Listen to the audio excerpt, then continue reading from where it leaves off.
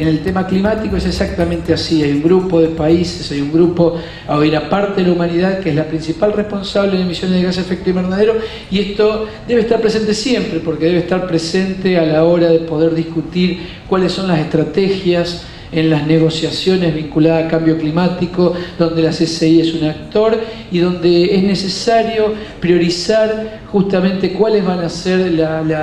los requisitos o lo que les vamos a estar pidiendo a los principales responsables del cambio climático para poder sobrellevar esta situación. Esta es otra forma de verlo, que es el tamaño de los países agrandado en función de las emisiones de gases de efecto invernadero, y acá hay que plantear también no solo las responsabilidades actuales, sino, como estuvo planteado también, la responsabilidad histórica que hay desde el principio de la Revolución Industrial en cuanto a las emisiones de gases de efecto invernadero.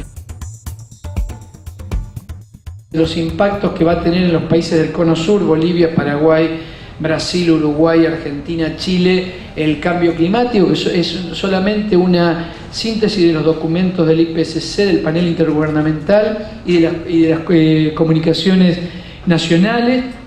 y ahí se plantean, digamos, una cantidad de impactos que tienen que ver con los ecosistemas naturales, con la modificación de la hidrología. Hay casos, por ejemplo, que nosotros no hemos tenido en cuenta aún, pero por ejemplo el caso de la hidrología en el subcontinente hace que en una parte de Argentina llueva menos, y por lo cual es muy probable que haya mucho menos hidroenergía, que es la cuenca del Comahue, por ejemplo, o la región andina, pero también aparece la idea de que es muy probable que llueva más en la cuenca del Plata, pero la evaporación producto del incremento de la temperatura va a tener un saldo, en definitiva, de mayor reducción en cuanto a la producción de energía, con lo cual, digamos, hay una cantidad de efectos que va a tener el cambio climático, que está teniendo el cambio climático, que aún no son reconocidos como tales. Victoria mostraba también el índice de eventos frecuentes extremos que hacen a la adaptabilidad.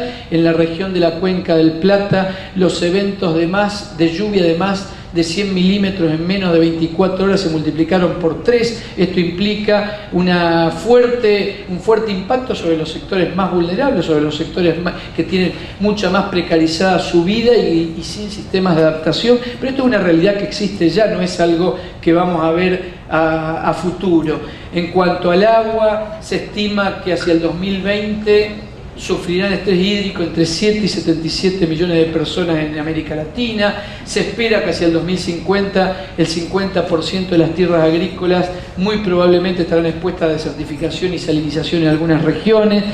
Bueno, van a variar los regímenes de precipitación en algunos lugares va a llover más, en otros va a llover menos. Esto va a provocar una serie de impactos, y bueno, hay una cantidad de datos que existen, que están disponibles en realidad ya hace muchos años, y es necesario que estos datos se transformen en políticas públicas, se transformen en herramientas que permitan, por un lado, encontrar herramientas de adaptación que permitan a los sectores más vulnerables poder sobrellevar esta situación, pero también poder encontrar los caminos que nos lleven a poder encontrar una solución en cuanto a las causas que están produciendo el cambio climático.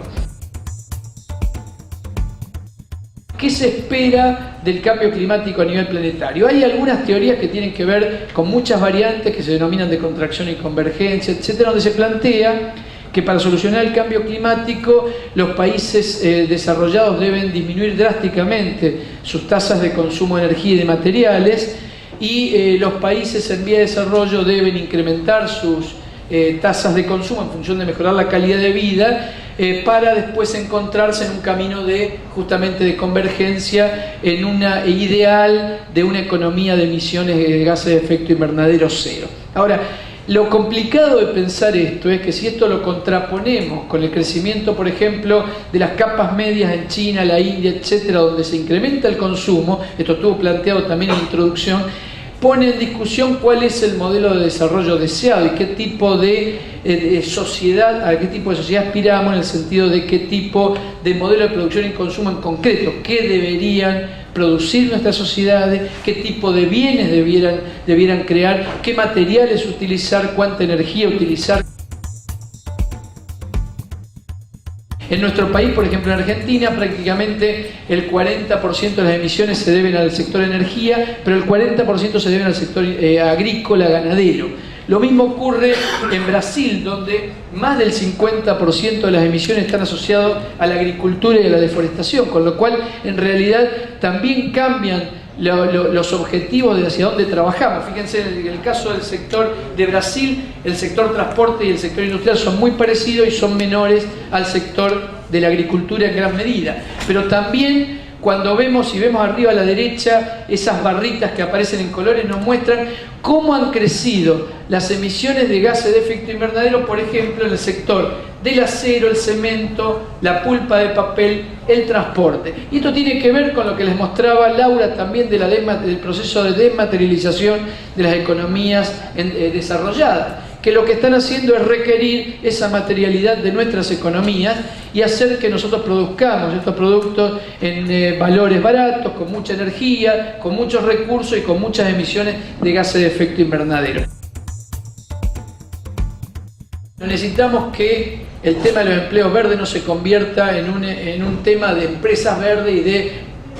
transformación en verde de empresas ya existentes y de industria ya existente. La discusión de los empleos verdes es una discusión de un trabajo de otro tipo, discutir qué es el trabajo, qué connotaciones tiene que tener y en definitiva poder incluir también todas las vertientes del trabajo que no están incluidas dentro de la modalidad de empleo verde. El trabajo de la OIT es sumamente interesante porque plantea inclusive la idea de poder establecer tonalidades de verde y poder tener una visión no estática de los empleos verdes y de analizar en cada caso y en cada momento de la transición, poder ver cuáles son empleos que nos benefician en una transición a otra economía, a otro modelo de la economía. La economía crece continuamente hace muchísimos años. La economía crece y sigue creciendo como siguen creciendo los pobres en la región o como sigue creciendo la cantidad de pobres en el mundo. Entonces, en realidad de lo que se trata es poder discutir inclusive, sin miedo a poder pensar que esto puede tener una cantidad de contradicciones, discutir las teorías del decrecimiento también. Esto implica discutir